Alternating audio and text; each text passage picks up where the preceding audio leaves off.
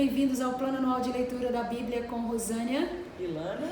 Hoje nós vamos para 2 Reis 5 ao 7. Vamos lá. A cura de Naamã. Naamã, o comandante do exército da Síria, era muito respeitado e estimado pelo rei do seu país, porque, por meio de Naamã, o Senhor Deus tinha dado a vitória ao exército dos sírios. Ele era um soldado valente, mas sofria de uma terrível doença da pele. Num dos seus ataques contra Israel, os sírios haviam levado como prisioneira uma menina israelita, que ficou sendo escrava da mulher de Naamã.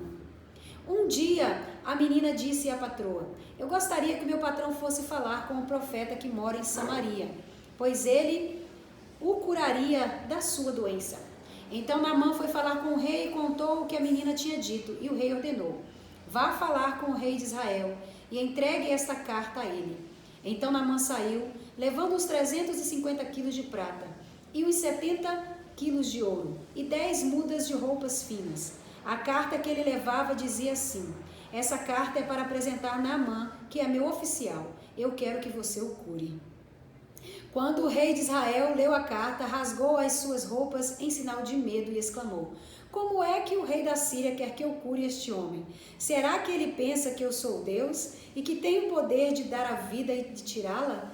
Ele está querendo briga." O profeta Eliseu soube do que havia acontecido e mandou dizer ao rei: "Por que o senhor está tão preocupado? Mande que esse homem venha falar comigo, e eu mostrarei a ele que há um profeta em Israel." Então Naamã foi com seus cavalos e carros e parou na porta da casa de Eliseu. Eliseu mandou que um empregado saísse e dissesse a ele que fosse se lavar 7 vezes no rio Jordão, pois assim ficaria completamente curado da sua doença. Mas Naamã ficou muito zangado e disse: "Eu pensava que pelo menos o profeta ia sair e falar comigo, e que oraria ao Senhor seu Deus, e que passaria a mão sobre o lugar doente e me curaria. Além disso, por acaso os rios de Abana e Farpar, em Damasco, não são melhores do que qualquer rio da terra de Israel? Será que eu poderia me lavar neles e ficar curado?" E foi embora muito bravo. Então seus empregados foram até o lugar onde ele estava e disseram: "Se o profeta mandasse o senhor fazer alguma coisa difícil, por acaso o senhor não faria? Por que é que o senhor não pode ir se lavar, como ele disse, e ficar curado?" Então Naamã desceu até o rio Jordão e mergulhou 7 vezes, como Eliseu tinha dito, e ficou completamente curado. A sua carne ficou firme e sadia, como a de uma criança. Depois ele voltou com todos os seus homens até o lugar onde Eliseu estava e disse: "Agora eu sei que no mundo inteiro não existe nenhum Deus a não ser o Deus de Israel. Aceite um presente meu, por favor." Eliseu respondeu: "Juro pelo Senhor, o Deus vivo a quem sirvo, que não aceitarei nenhum presente." Naamã insistiu com ele para que aceitasse, mas ele não quis. Aí Naamã disse: "Já que o senhor não quer aceitar o meu presente, então deixe que eu leve para casa 2 mulas carregadas de terra, pois de agora em diante eu não vou oferecer sacrifícios e oferta que são completamente queimados a nenhum outro Deus, a não ser o Deus, o Senhor. Mas eu gostaria que ele me perdoasse uma coisa, que é a seguinte: quando eu tiver de acompanhar o meu rei ao templo de Rimon, o Deus da Síria, para lhe adorar, eu vou ter de adorá-lo também. Que o Senhor Deus me perdoe por isso." Eliseu disse: "Adeus, boa viagem." Geazi é castigado. Quando Naamã já estava um pouco longe, Geazi, o empregado de Eliseu, começou a pensar: "O meu patrão deixou que Naamã fosse embora sem pagar nada. Ele devia ter aceitado o que o sírio estava oferecendo. Juro pelo Senhor, o Deus vivo, que vou correr atrás dele e receber alguma coisa." Então Geazi saiu correndo. Quando Naamã viu que um homem vinha correndo atrás dele, desceu do carro e perguntou: "Aconteceu alguma coisa?" "Não", respondeu Geazi, "mas o meu patrão mandou dizer que agora mesmo chegaram 2 membros de um grupo de profetas da região montanhosa de Efraim. Então ele gostaria que o Senhor desse a ele uns 30 quilos de prata e 2 mudas de roupas finas." Naamã disse: "Por favor, leve 60 quilos de prata." E insistiu com ele. Então ele pôs a prata em 2 sacos, entregou a prata e as 2 mudas de roupas finas a 2 dos seus empregados e mandou que eles fossem na frente de Geazi. Quando eles chegaram ao morro onde Eliseu morava, Geazi pegou os 2 sacos e carregou-os para dentro de casa. Depois mandou embora os empregados de Naamã. Entrou em casa de novo e foi falar com Eliseu. Este perguntou: onde é que você foi? Eu não fui a lugar nenhum, respondeu Geazi. Mas Eliseu disse: o meu espírito estava com você quando aquele homem desceu do carro para falar com você. Esta não era a ocasião para você aceitar dinheiros e roupas, plantações de oliveiras e de uvas, ovelhas e gados, ou empregados e empregadas. Portanto, a doença de Naamã vai pegar em você, e os seus descendentes a terão para sempre. Quando saiu dali, Geazi tinha pegado a doença, e a sua pele estava branca como a neve. Capítulo 6. Eliseu faz um machado boiar. Eliseu dirigia um grupo de profetas. Um dia eles lhe pediram: o lugar onde moramos com você é muito pequeno. Dê licença para irmos até o Rio Jordão a fim de cortar algumas árvores. Com elas construiremos uma casa para a gente morar. Pode ir, respondeu Eliseu. Um dos profetas insistiu que Eliseu fosse com eles. Eliseu aceitou. E eles saíram juntos. Quando chegaram ao Jordão, começaram a trabalhar. Um deles estava cortando uma árvore, quando de repente o ferro do seu machado escapou do cabo e caiu na água. O que vou fazer, Senhor? Gritou ele para Eliseu. O machado era emprestado. Onde foi que ele caiu? Perguntou Eliseu. O homem mostrou o lugar. Então Eliseu cortou um pedaço de pau, jogou na água e fez o machado boiar. Pegue-o, mandou ele. E o homem esticou o braço e o pegou. O exército dos sírios é derrotado. O rei da Síria estava em guerra contra Israel. Ele pediu conselhos aos seus oficiais e escolheu um lugar para armar o seu acampamento. Mas o profeta Eliseu mandou um recado ao rei de Israel, avisando-lhe que não fosse para perto daquele lugar, pois os sírios estavam ali esperando escondidos para atacar. Então o rei de Israel avisou os homens que moravam naquele lugar, e eles ficaram alerta. Isso aconteceu várias vezes. O rei da Síria ficou muito aborrecido. Então chamou seus oficiais e lhes perguntou: qual de vocês está do lado do rei de Israel? Um deles respondeu: nenhum de nós, ó rei. O profeta Eliseu é quem conta ao rei de Israel tudo o que o Senhor fala, até mesmo dentro do seu próprio quarto. Então o rei ordenou: descubram onde está ele, que eu o prenderei. Contaram-lhe que Eliseu estava em Dotã, e ele mandou para lá uma grande tropa de soldados com cavalos e carros de guerra. Eles chegaram de noite à cidade e a cercaram. No dia seguinte, cedinho, o empregado de Eliseu levantou-se e saiu de casa. Aí viu as tropas sírias com os seus cavalos e carros de guerra, cercando a cidade. Então entrou em casa e disse a Eliseu: Senhor, nós estamos perdidos. O que vamos fazer? Eliseu disse: não tenha medo, pois aqueles que estão conosco são mais numerosos do que os que estão com eles. Então orou assim: ó Senhor Deus, abre os olhos do meu empregado e deixa que ele veja. Deus respondeu a oração dele. Aí o empregado de Eliseu olhou para cima e viu que ao redor de Eliseu o morro estava coberto de cavalos e carros de fogo. Quando os sírios atacaram, Eliseu orou assim: ó Senhor Deus, faze com que estes homens fiquem cegos. Deus respondeu a oração de Eliseu e fez com que os sírios ficassem cegos. Então Eliseu foi falar com eles e disse: vocês estão no caminho errado. Esta cidade não é a que estão procurando. Venham comigo que eu vou levá-los até o homem que estão procurando. E os guiou até a cidade de Samaria. Logo que eles entraram na cidade, Eliseu orou assim: ó Senhor Deus, abre os olhos dele e deixem que eles vejam. Então Deus fez com que os sírios enxergassem de novo. E eles viram que estavam dentro da cidade de Samaria. Quando o rei de Israel viu os sírios, perguntou a Eliseu: devo matá-los, Senhor? Devo matá-los? Não, de jeito nenhum, respondeu ele. Por acaso o Senhor mata os soldados que são feitos prisioneiros na guerra? Dê de comer e de beber a estes aqui e deixe que voltem para o rei deles. Então o rei de Israel mandou fazer uma grande festa para aqueles sírios. E depois que comeram e beberam, ele os mandou de volta para o rei da Síria. Daí em diante os sírios pararam de atacar a terra de Israel. Eliseu e a fome em Samaria. Em algum tempo depois, o rei Ben-Hadad da Síria levou todo o seu exército para lutar contra Israel e cercou a cidade de Samaria. Por causa disso, a falta de alimentos naquela cidade foi tão grande que uma cabeça de jumento custava 80 barras de ouro, 80 barras de prata, e 200 gramas de esterco de pombas custava 5 barras de prata. Certo dia, o rei de Israel estava passando por cima da muralha da cidade, quando uma mulher gritou para ele: ó rei, meu senhor, me ajude. Ele respondeu: se o Senhor Deus não ajudar você, como é que eu posso ajudá-la? Você pensa que eu tenho trigo ou vinho? Mas diga qual é o seu problema. Ela respondeu. Outro dia, esta mulher me disse, vamos comer o seu filho hoje, amanhã comeremos o meu.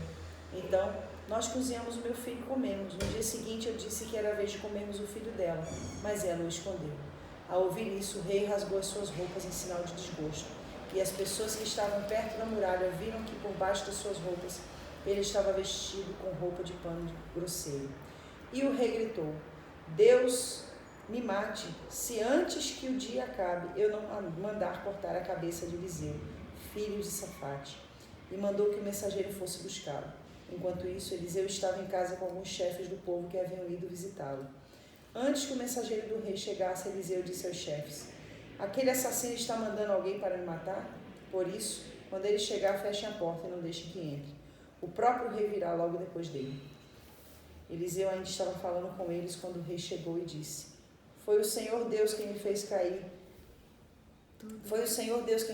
toda esta desgraça sobre nós.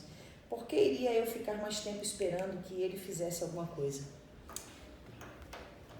Capítulo 7. Eliseu respondeu, escute o que o Senhor diz.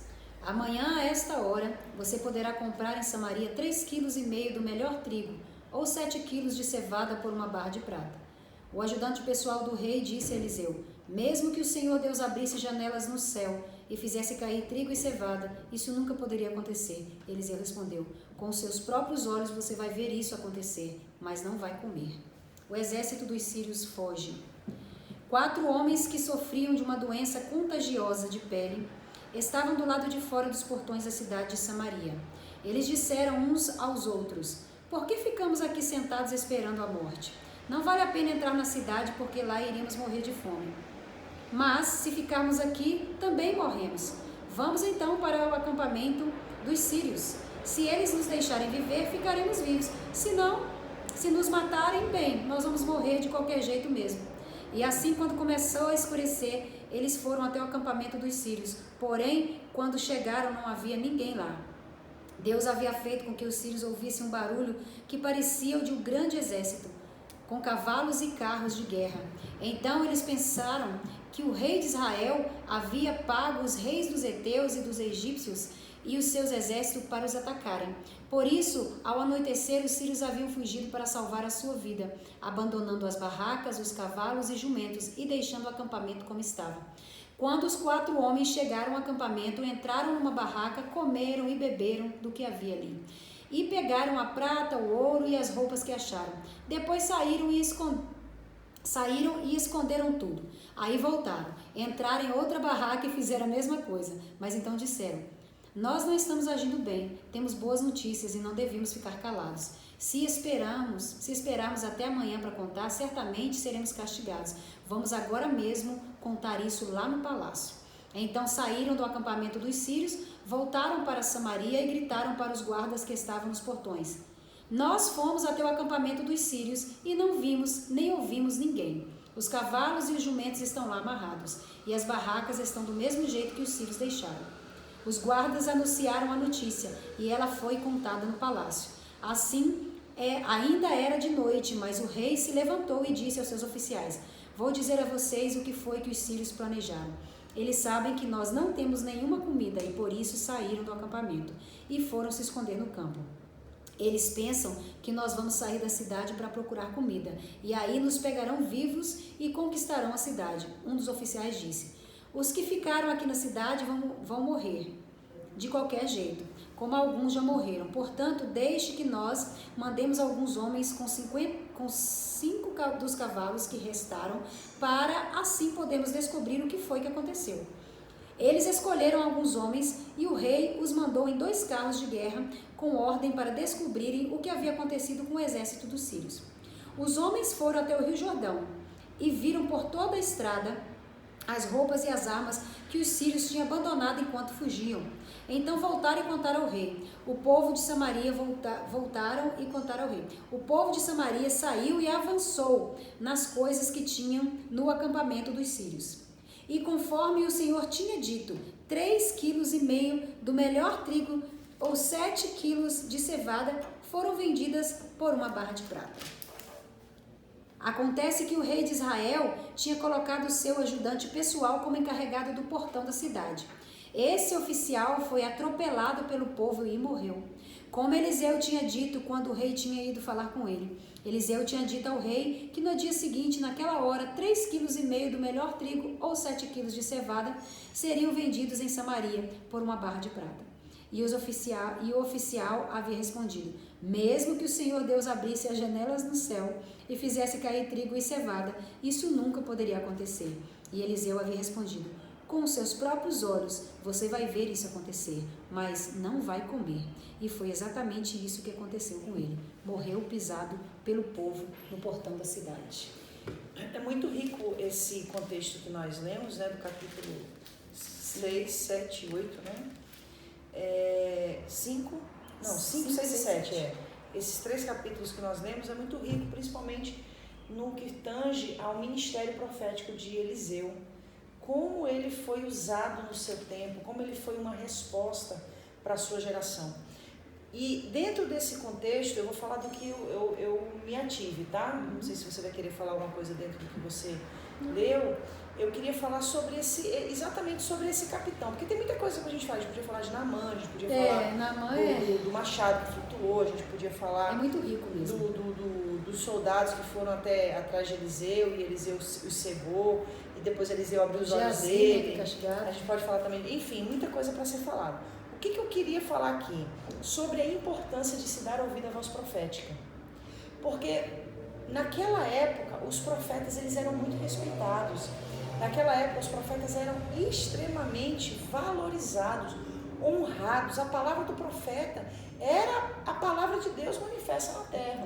A gente sabe que existe com o passar do tempo, essa banalização do sagrado, né? Então, muita gente falando em nome de Deus, sem ter Deus, muita gente querendo impor um quesito de autoridade sem ter o quesito primordial, que é a legalidade, não a autoridade sem legalidade. Mas eu estou falando dentro de um contexto onde não havia ainda essa descaracterização, essa desvalorização, esse desprezo pelo santo, pelo profeta. Mas eu estou falando de uma época que o profeta ele era reverenciado, ele era reconhecido realmente como alguém que trazia uma palavra de Deus. Então a gente está vendo aqui no capítulo 7 que o caos era total em Samaria. Total. Imagina as pessoas comerem cabeça de jumento. Inclusive a carne de jumento está no meio daquelas carnes que não eram comidas. Né? Pior, fezes, esterco de pombo. Tamanho era o desespero. A situação era tão aterrorizante que as pessoas estavam praticando até canibalismo. Né? A mãe matou o próprio filho para comer a carne do próprio filho. Uma coisa terrível que a gente não consegue dimensionar, mensurar, né? Misericórdia. Enfim, e aí dentro desse contexto, Eliseu entra. Eliseu entra e ele chega com uma palavra profética. E ele fala: amanhã, nesse mesmo horário, vai ter tanta comida que vai ser vendido por um preço qualquer, por um preço baixo. E aí o general, né, o soldado de responsabilidade do rei de Samaria, ouviu aquilo e disse: mas nem que se abram os céus, olha só, nem que se abram janelas nos céus, isso seria possível. E aí Eliseu olha para ele e diz: pois você vai ver com os seus olhos, mas não vai comer, porque você vai morrer. Ou seja, o que o texto nos convoca? Nos convoca, primeiro, a termos discernimento dos profetas de Deus dessa época. Neste tempo, todos os tempos. Todos os tempos, Deus levanta os seus profetas. Mesmo no meio dessa banalização do santo, do sagrado, existem os profetas de Deus. Os homens e as mulheres de Deus existem. E a gente precisa parar para ouvi-los. E para perceber, né, o que Deus tem através deles. Para perceber qual é a palavra rema Deus tem que esses profetas estão trazendo para esse tempo. Essa geração. Porque o que Eliseu liberou foi a palavra rema. Foi. Lembrando aí que você está falando do canibalismo, né? Lembrando que aquela era uma era meio cavernosa, né? Não? A galera ainda estava naquele crescimento de socializar, né? Do conhecimento, compreensão. E Deus é o mesmo, estou dizendo que, no sim, sentido só que histórico.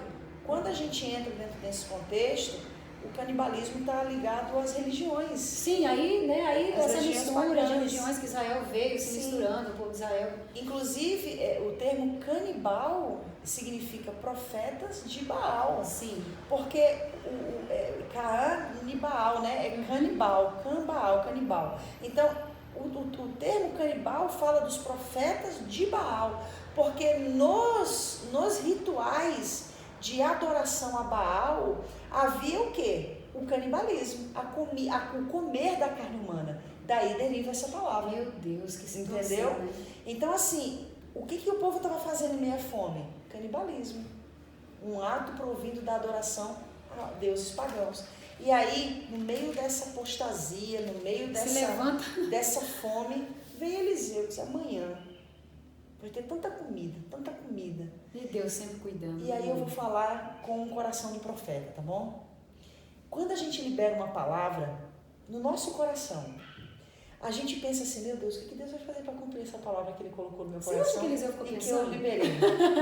É natural. Ele já estava tão acostumado com esse sobrenatural que falou, amanhã e foi dormir. Sim, mas sempre vem aquele pensamento, eu não vou dizer que é uma preocupação, mas aquele pensamento que Deus vai fazer? Do Espírito. Eu acho que ele ficou pensando, o que vai ser que Deus vai porque fazer? Eu imagino a vida desse profeta muito envolvida, né, no mundo espiritual. Inclusive aqui no capítulo 26, no versículo 26 do capítulo 5, ele diz, ele vivia muito no Espírito, né? Quando Geazi correu atrás do cara para cobrar o que ele tinha mandado ir, ele falou, o meu Espírito estava com você quando o homem desceu. Quer dizer, eu queria, inclusive, ver qual é a sua visão a respeito disso. Que o meu espírito, eu entendo que é o seguinte, é o meu espírito, quer dizer, Deus abriu os olhos espirituais dele para que ele visse o que estava acontecendo, né? Sim. Você vê que o homem, ele andava com Deus. Inclusive, a gente tem que ter muito cuidado para falar sobre isso aqui, porque muita gente que compreende sobre questões de ocultismo, né, esse acesso legal ao mundo espiritual regido por Lúcifer, fala do seu espírito. Porque fala dessa questão da projeção astral, né? Sim. Do espírito, da alma entrar. Inclusive, a gente sabe que no satanismo, na bruxaria, na magia negra, os bruxos, os feiticeiros, eles usam da projeção astral no sentido do quê? Da alma deles, inclusive, entrar em animais para fazer monitoramento, para monitorar pessoas. Oh, meu Deus, isso é muito sério. Isso é muito sério. Mas não é o que Eliseu está falando. Não, Eliseu, eu entendo que os olhos espirituais eles foram abertos. Ele está falando de um acesso legal. Espiritual legal. Ele está falando de um acesso legal. Né? Isso é lindo. Né? Então, assim, ele chega ali e fala, amanhã vai ter comida, muita comida. Então, o profeta ele é responsável pela palavra. Deus é responsável pelo cumprimento da palavra. É o que eu tenho falado muito nas minhas lives de oração. O profeta é responsável de deixar sair a palavra. Sim. De deixar a sua fé, a sua ousadia ficar em ação na palavra rema, né? Uhum. Mas não temos responsabilidade nenhuma. A responsabilidade é toda de Deus. A ousadia de proferir é nossa. Sim. Porque nós somos o canal. A decisão de proferir, acreditar e fazer, né? E falar. A responsabilidade de realizar é de Deus. E Deus realiza de uma forma inesperada, improvável. Usa 4 leprosos. E eles estavam ali sentados, né, de boa, que nós vamos morrer mesmo, ficar aqui nós vamos morrer, se você entrar lá vai morrer mesmo. Eu vou fazer uma coisa. Uma improbabilidade tão gigantesca, né? Verdade. E você vê que não tem como você ficar imaginando mesmo o que Deus pensa, o que Deus vai fazer, né? Por isso que a gente tem que ter muito temor de Deus a professar uma palavra em relação a alguma coisa que Deus está fazendo ou em relação a alguma coisa que você às vezes não entende, né? Deus é surpreendente. É surpreendente. Então a melhor coisa E eu quero finalizar fazendo um convite a essa geração. Ouça os seus profetas. Segundo Crônicas 20:20, Josafá diz: ouvi, ó Israel, os vossos profetas, e prosperarei. Tem muita gente fracassando naquilo que Deus tem para a sua vida, porque não tem ouvido os profetas que Deus tem levantado. Então que você ouça essa palavra e não se esqueça, se você crer, você vai ver e vai comer. Mas se você não crer, você vai ver, mas vai morrer, porque você não vai usufruir do que Deus tem para a sua vida. É a palavra. Deus abençoe vocês. Até o capítulo 8 de 2 Reis. Tchau.